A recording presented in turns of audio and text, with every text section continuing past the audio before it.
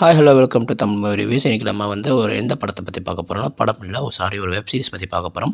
இந்த web series வந்து பார்த்திங்கன்னா south Korean web series. Netflix வந்து அவைலபிலிட்டியாக இருக்குது. சீசன் 2 வந்து பார்க்க போகிறோம், ஸ்குவிட் கேம் பார்ட் 2. ஸோ இந்த வெப் சீரிஸோட டைரக்டர் யார் வந்து பார்த்திங்கன்னா, கிரியேட்டர், ரைட்டர், டைரக்டர் எல்லாமே ஹாங் டாங் யூக். அப்புறம் வந்து மியூசிக் பண்ணுறது வந்து ஜாங் ஜேயில். இது வந்து சவுத் கொரியன் சீரிஸ். அப்புறம் நெட்வொர்க் வந்து பார்த்திங்கன்னா நெட்ஃப்ளிக்ஸ் தான் வந்து நெட்வொர்க்கு. அப்புறம் வந்து இது ஒரு சர்வைவல் த்ரில்லர் ஹாரர் மூவி இது. அதே ஹாரர் வெப் சீரிஸ் இது. அப்புறம் எடிட்டர் வந்து நாம் யோங். சினிமாட்டோகிராஃபி வந்து சீசன் 1க்கு வந்து லீ ஹோ டோக். அப்புறம் வந்து சீசன் 2க்கு வந்து கிம் ஜி யோங்.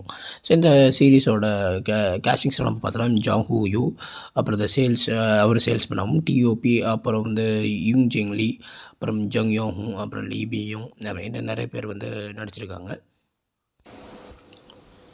இந்த சீரீஸை பொறுத்த வரைக்கும் என்னென்னா, முதல்ல ஃபஸ்ட் சீசன், செகண்ட் சீசன் அப்படின்னா 2 சீசன் இருக்குது. இந்த ஃபஸ்ட்டு சீசன் வந்து என்னென்னா, ஹீரோ இருப்பாப்புல. ஹீரோ வந்து நிறைய சூதாட்டத்தில் ஈடுபட்டு நிறைய பணத்தை வந்து இழந்துருவார். ஸோ அதனால் ஒன்றுமே எதையுமே கையில் நயா பைசா இல்லாமல் அப்படியே சப்வேவாக அந்த ரயில்வே ஸ்டேஷன் அண்டர் ட்ரெயின், அதாவது அண்டர் கிரவுண்ட் ட்ரெயின், அந்த சப்வேல அங்கே வந்து உட்காந்துட்டு இருப்பாப்புல. அப்போ வந்து ஒருத்தர் கோட்டு சூட்டு போட்டு வந்து டச்சி கேம் விளாட்லாம் அப்படின்னு சொல்லுவான். டச்சி கேம்னால் இந்த ஸ்கொயர் போட்ட ஒரு பேப்பரை, ஒரு 2 கலராக வச்சுருப்பான். ரெட் அண்ட் ப்ளூவாக வச்சுருப்பான். அதில் வந்து கீழே வந்து ரெட்டை தூக்கி போட்டு கையில் வந்து ப்ளூ வச்சுருப்பான். அப்போ வந்து அந்த 2மே ஸ்கொயர் பேப்பர் உள்ள பேப்பர் தான். ஸ்கொயர் மாதிரி நல்லா என்வலப் மாதிரி இருக்கும். ஸோ அந்த ப்ளூ கலர் ஸ்கொயர் பேப்பர் வந்து ரெட் கலர் மேலே அடித்து அதை திருப்புவான். ஸோ இதுதான் டச்சி கேமு. ஸோ இது வந்து ஹீரோ அவன் பார்த்து மீட் பண்ணுவான். ஸோ அவன் மீட் பண்ணி அவன் சொல்லுவான், இந்த மாதிரி தன்னை இன்ட்ரடியூஸ் பண்ணி என்ன சொல்கிறது, ஒரு சப்வே தான் எல்லோரும் இந்த அண்டர் கிரவுண்ட் சப்வேல மட்டும்தான் அவன் இருப்பான். அங்கே தான் அவன் ஆளுங்களை பிடிப்பான். என்ன பண்ண, அவன் ஹீரோவை பார்க்கும்போது ஹீரோட்ட சொல்லுவான், இந்த மாதிரி நீ டச்சி கேமில் ஜெயிச்சிட்டேன்னா உனக்கு நான் இதை விட பெரிய கேம் நான் உனக்கு கூப்பிட்டு போகிறேன், அங்கே போனால் பல கோடிகள் வந்து கிடைக்கும் அப்படின்னு. ஸோ அப்போ வந்து நம்ம ஹீரோ என்ன நினைப்பார்னா, ஓகேன்னு சொல்லி டச்சி கேம் விளையாடி ஜெயிக்கவும் செஞ்சிருவார். இவரை வந்து ஒரு ஷிப்பு கண்டெய்னரில் கொண்டு போய் ஒரு தீவில் வந்து இறக்கிடுவாங்க. ஸோ தீவில் வந்து இறக்குனதுக்கப்புறம் என்ன ஆகுனா, இவர் அங்கே நிறைய கேம் விளையாடுவார். அதாவது ஃப்ரீஸு, இந்த கண்ணாம்பூச்சி, ஃப்ரீஸு, இந்த மாதிரி நிறைய கேம்லாம் இருக்குது. ஸோ அந்த மாதிரி கேம்ஸ்லாம் இருக்கும்போது சின்ன பசங்க கேம் தான். ஸோ அவர் என்ன நினச்சாருன்னா, உள்ளே போகும்போது சரி ஓகே நம்ம தோத்துட்டோன்னா வீட்டில் விட்டுருவாங்க போல இருக்குது, கொண்டு போய் வீட்டில் விட்டுருவானுங்க அப்படின்னு நினச்சி அவர் போகிறாரு. போய் பார்த்தா தான் தெரியுது, இந்த அந்தந்த ஒவ்வொரு கேம் இருக்கும். அந்த ஒவ்வொரு சின்ன பசங்க கேம் விளையாடி முடிக்கும்போது தோற்றவங்களெல்லாம் சுட்டு தள்ளிடுறானுங்கன்னு. அது ரொம்ப அதிர்ச்சியாக இருந்தது அதாவது நெட்ஃப்ளிக்ஸில் இந்த சீரீஸில் பார்க்குற நமக்கு மட்டும் இல்லை, அந்த இதில் நடித்தவங்களுக்கும் அந்த எக்ஸ்ப்ரெஷன்லாம் செம்மையாக காட்டுவானுங்க. பயங்கரமாக இருக்கும். எல்லாமே சின்ன பசங்க கேம் தான், கண்ணாமூச்சி கேம் மாதிரி தான். கண்ணாமூச்சியில் ஃப்ரீஸ் கேம், அதாவது இந்த ஒரு கேம் மாதிரியே பார்த்தா புரியும். ஸோ அது சின்ன பசங்க கேம் தான். அது விளையாடி தோற்றவங்களையெல்லாம் சுட்டு தள்ளிகிட்டு இருக்கானுங்க. அது ரொம்ப அது ஆச்சரியமாக இருந்தது. ஸோ அதுக்கப்புறம் ஹீரோக்கு அது என்ன பண்ணான்னு தெரியல, எப்படியோ கஷ்டப்பட்டு முன்னேறி அவர் வந்து ஜெயிச்சிருவார். அது ப்ரைஸ் மணி எவ்வளோ பார்த்தீங்கன்னா 450 பில்லியன் அந்த மாதிரி ஏதோ சொல்லுவாங்க, இத்தனை பில்லியனு அப்படி இருக்குதுன்னு சொல்லுவாங்க. ஸோ அந்த ப்ரைஸ் மணியும் அவர் வந்து ஜெயிச்சுட்டு வந்துடுவார். ஸோ இதுதான் ஃபஸ்ட்டு பார்ட்டு. செகண்ட் பார்ட் என்னென்னா, அவர் ஃபஸ்ட்டு பார்ட்டில் எப்படி பணத்தெல்லாம் ஜெயிச்சுட்டு வந்தாரோ, அந்த பணத்தை ஜெயிக்கும்போது அங்கே வந்து கிட்டத்தட்ட ஒரு 2-3 மாதம் அங்கேயே வந்து செலவிடுற மாதிரி ஒரு சூழ்நிலை ஏற்படுது. இத்தனையோ மாதங்கள் செலவிடுற மாதிரி சூழ்நிலை ஏற்படுது. அப்போ வந்து என்ன ஆகுனா, அங்கே அவர்களுக்கு பல நண்பர்கள் உருவாங்க. தனக்கு பண்ண நண்பர்கள் உருவாகும்போது அங்கேயே அவங்க நண்பர்கள் இறந்து போகிறத அவரால் ஏற்றுக்க முடியல. அவருக்கு ஒரு பெரிய ட்ராமாவாக மாறிட்டது அந்த ஒரு விஷயம். அதுவும் இல்லாமல் பணத்துக்காக அந்த மக்களை வந்து வரவழைச்சி அவங்கள இப்படி கொல்றது, அப்பாவி மக்களை கொல்றது எந்த விதத்தில் நியாயம் அப்படின்ற அந்த கேள்வி அவருக்கு வந்து பிறக்க ஆரம்பிக்குது. அதுவும் இல்லாமல் இது வந்து விஐபின்னு சொல்லப்படுற ஒரு 10-15 பெரும் பணக்காரர்களை வந்து அவங்கள வச்சு தான் அவங்க தான் இந்த கேமை நடத்துகிறதே. அவங்களுக்கு கீழே மாஸ்க் மேன் ஒருத்தர் இருப்பார், முகமூடி போட்டு. அவருக்கு கீழே சோல்ஜர்ஸ்னு ஒரு 300, 500, 600 பேர்கிட்ட இருப்பாங்க. பிளாக் கலர் ட்ரெஸ்ஸிலும் ப்ளூ கலர் ப்ளூ அந்த ரெட் கலர் ட்ரெஸ்லலாம் இருப்பானுங்க. ஸோ அதுக்கப்புறம் அவங்க தான் வந்து இந்த ப்ளேஸ்லாம் முக்கியமாக இந்த விஐபிஸ் தான் நடத்துகிறாங்க, பெரும் பணக்காரர்கள் தான். ஸோ இந்த மாதிரி இந்த கொடூரத்தை வந்து இந்த கவர்மெண்ட்டுக்கிட்ட நம்ம காட்டணும், இது எப்படியாவது நிறுத்தணும் அப்படின்னு தான் செகண்ட் பார்ட்டு வந்து ஸ்டார்டிங்கில் வந்து மூவ் ஆகும் அப்படியே. ஸோ இதில் என்ன ஒரு விஷயம்னா, இந்த ஸ்குவிட் கேம் அப்படின்ற இந்த கேம்ஸ் வந்து ஒரு தீவில் நடக்குது இல்லையா, அந்த தீவில் ஏற்கனவே ஒருத்தன் வந்து தன்னோட அண்ணனை தேடி ஒருத்தன் வந்திருப்பான். அதுக்கப்புறம் அதனால அங்கே வந்து அவங்க அண்ணனே வந்து மாஸ்க் மேனாக தான் இருப்பான். அவங்க அண்ணன் தான் அந்த இடத்துல மாஸ்க் மேனாகவே இருப்பான். அவன் வந்து சுட்டு தள்ளிவிடுவான் தன்னோட தம்பியை. ஸோ அப்புறம் அவன் என்ன ஆகுனா செகண்ட் பார்ட்டில் வந்து பார்க்கும்போது போலீஸாக மாறி இருப்பான். இந்த ஃபஸ்ட் பார்ட்டில் ஜெயிச்சு ஸ்குட் கேமில் ஜெயிச்சு 450 பில்லியன் வாங்கினால அவன் வந்து ஒவ்வொரு சப்வேவாக செகண்ட் பார்ட்டில் வந்து ஒவ்வொரு சப்வேவாக வந்து தேடிட்டு இருப்பான். அந்த டச்சு விளையாடி இது பண்ணுறான் இல்லையா, அந்த கோட் சூட் போட்ட ஆளை வந்து இந்த ஃபஸ்ட் ப்ரைஸ் விளையாடவன் ஜெயிச்சுட்டு இருப்பான். ஏற்கனவே ஃபஸ்ட்டு பார்ட்டில் வந்து தான் அண்ணனை தேடி போன ஒரு தம்பி ஒருத்தர் இருப்பாள். அவன் வந்து போலீஸ் ஆஃபீஸராக மானதுக்கப்புறம் அவனும் வந்து அந்த தீவை தேடிட்டு இருப்பான். அவன் வந்து அந்த விளையாடுற தீவை தேடிட்டு இருப்பான் செகண்ட் பார்ட்டில். ஹீரோ வந்து என்னென்னா சப்வேயில் அந்த ஆளை தேடிட்டு இருப்பான். இதுதான் செகண்ட் பார்ட் வந்து ஸ்டார்டிங் ஆகுது. ஸோ அப்போ இந்த மாதிரி தேடும்போது ஒரு கட்டத்துக்கு மேலே 3 வருஷம் கழித்து அந்த சப்வேல டச்சு விளையாடுற ஆளை கண்டுபிடிச்சிடுவாங்க. ஆளை வச்சு கண்டுபிடிச்சிடுவாப்புல ஹீரோ. அதே மாதிரி சைடில் இவனும் இந்த போலீஸ்காரனும் வந்து தன்னோட அண்ணனை தேடி ஒவ்வொரு தீவாக போவாப்புல. அவரும் கிட்டத்தட்ட ஒரு தீவை வந்து நெருங்குற மாதிரி வரும். அதாவது இந்த போலீஸ்காரனும் இந்த நம்ம ஃபஸ்ட் ப்ரைஸ் அடித்த நம்ம ஹீரோவும் இந்த குற்ற உணர்ச்சியில் இருக்கிற ஹீரோவும் ஒன்றா சேர்ந்து வந்து ஒன்றா சந்திக்கிற ஒரு சூழ்நிலை ஏற்படும். ஒன்றா இந்த விஷயத்துக்காக இந்த ப்ராஜெக்டுக்காக இறங்கி வேலை செய்யக்கூடிய ஒரு சூழ்நிலை ஏற்படும் போது என்ன ஆகுனா, அது இப்போ தான் வந்து அவர் வந்து இவங்களாம் ஒன்றா சேர்ந்து தீவுக்கு போவாங்க. இவர் வேண்டுமே போய் மாட்டிப்பார். ஃபஸ்ட் ப்ரைஸ் விளையாடி ஜெயிச்சார் பார்த்தீங்களா, அவர் வேட்டுமே போய் நான் 2வது வாட்டி இந்த கேமில் வந்து விளையாடுறேன்னு சொல்லி வாலண்டியராக போவார்.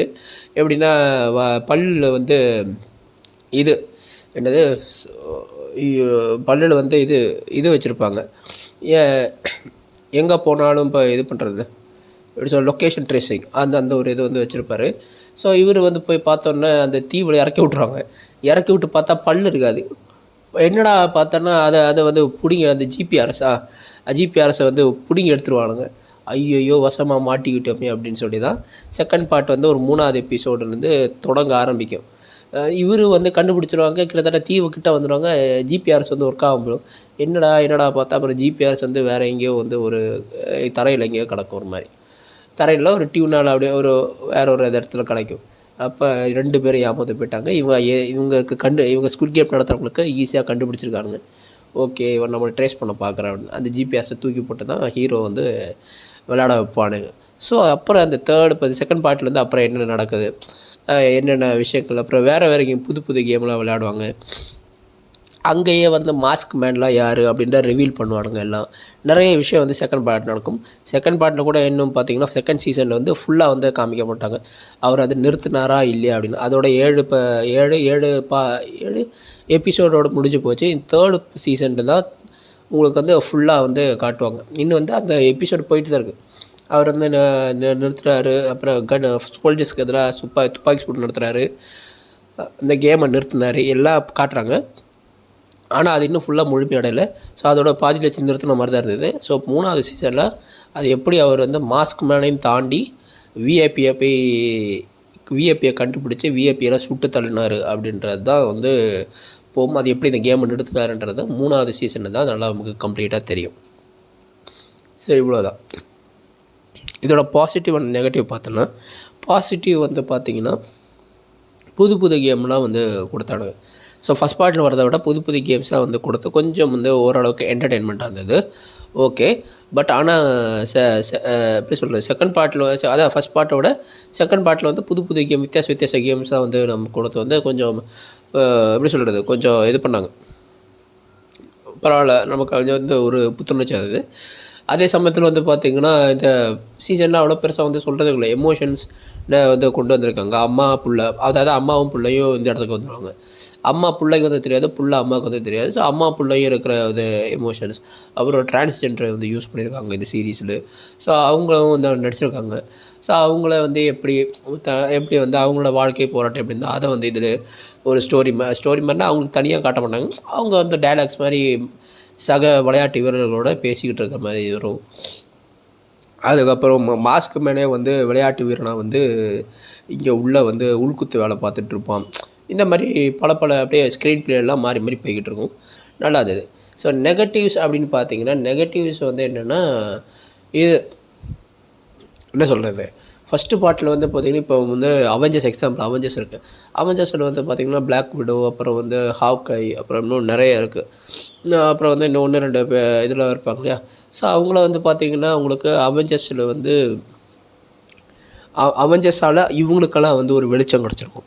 அந்த ஹாக்காய்ஸ், ஸ்கார்லெட் ஜான்சன், அப்புறம் விஷன், இவங்களுக்கெல்லாம் வந்து விட்ச்சு, அப்புறம் அந்த ஒருத்தி வருவா, ஆமாம் வெள்ளையாக இருப்பா, ஒரு விட்ச்சு மாதிரி வருவாளே ரெட் கலர் ட்ரெஸ் போட்டுட்டு அப்புறம் டாக்டர் ஸ்ட்ரேஞ்சு, இவங்களாம் வந்து பார்த்திங்கன்னா மார்வலால் இவங்களுக்கு பேர் கிடச்சிருக்கும். ஆனால் மார்வலுக்கே பேர் கிடச்சது தான் வந்து யாரால் பார்த்திங்கன்னா கேப்டன் அமெரிக்கா, தார், அயன்மேன், ஹல்க்கு, இந்த 4 பேரால் தான் அவெஞ்சர்ஸுக்கே பேர் கிடச்சிருக்கும். அதே மாதிரி தான் நெட்ஃப்ளிக்ஸுன்ற ஒரு ஓடிடி தளத்தில் ஸ்குவிட் கேம் அப்படின்ற அந்த ஒரு படத்தை, ஒரு சீரீஸுக்காக, கொரியன் வெப் சீரிஸுக்காக அந்த நெட்ஃப்ளிக்ஸுக்கே பேர் கிடச்சிருக்கு. ஒரு கட்டத்துக்கு நெட்ஃப்ளிக்ஸ் பார்ட் 1, அதாவது ஸ்குவிட் கேம் பார்ட் 1 ரிலீஸ் ஆனப்போ ஒட்டுமொத்த நெட்ஃப்ளிக்ஸ் அந்த ஆப்பே வந்து க்ராஷ் ஆகிற மாதிரி இருந்தது. அத்தனை பேர் சப்ஸ்கிரைப் பண்ண ஆரம்பித்தாங்க, ஒரே நேரத்தில் எல்லோரும் பார்க்க ஆரம்பித்தாங்க. கிட்டத்தட்ட அது ஓடிடி தளத்திலே ஒட்டுமொத்த ஓடிடி தளத்திலே ஓடிடி இதில் வந்து பார்த்திங்கன்னா அமேசான் ப்ரைம் அது இது நிறைய இருக்குது இல்லையா.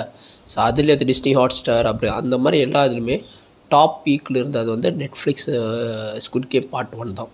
ஸோ அப்படிப்பட்ட நெட்ஃப்ளிக்ஸ் ஒரு ஓடிடி தளத்துக்கு பேர் வாங்கி கொடுத்தது தான் ஸ்குவிட் கேம். ஸோ அது ஸ்குவிட் கேம் பார்ட் 2 ரிலீஸ் ஆனப்போ எல்லாருமே வந்து சீசன் 2 ரிலீஸ் ஆனப்போ எல்லாருமே எதிர்பார்த்தது தான். பட் ஆனால் எக்ஸ்பெக்டேஷனை பூர்த்தி பண்ணிச்சான்னா அவ்வளோவா இல்லை.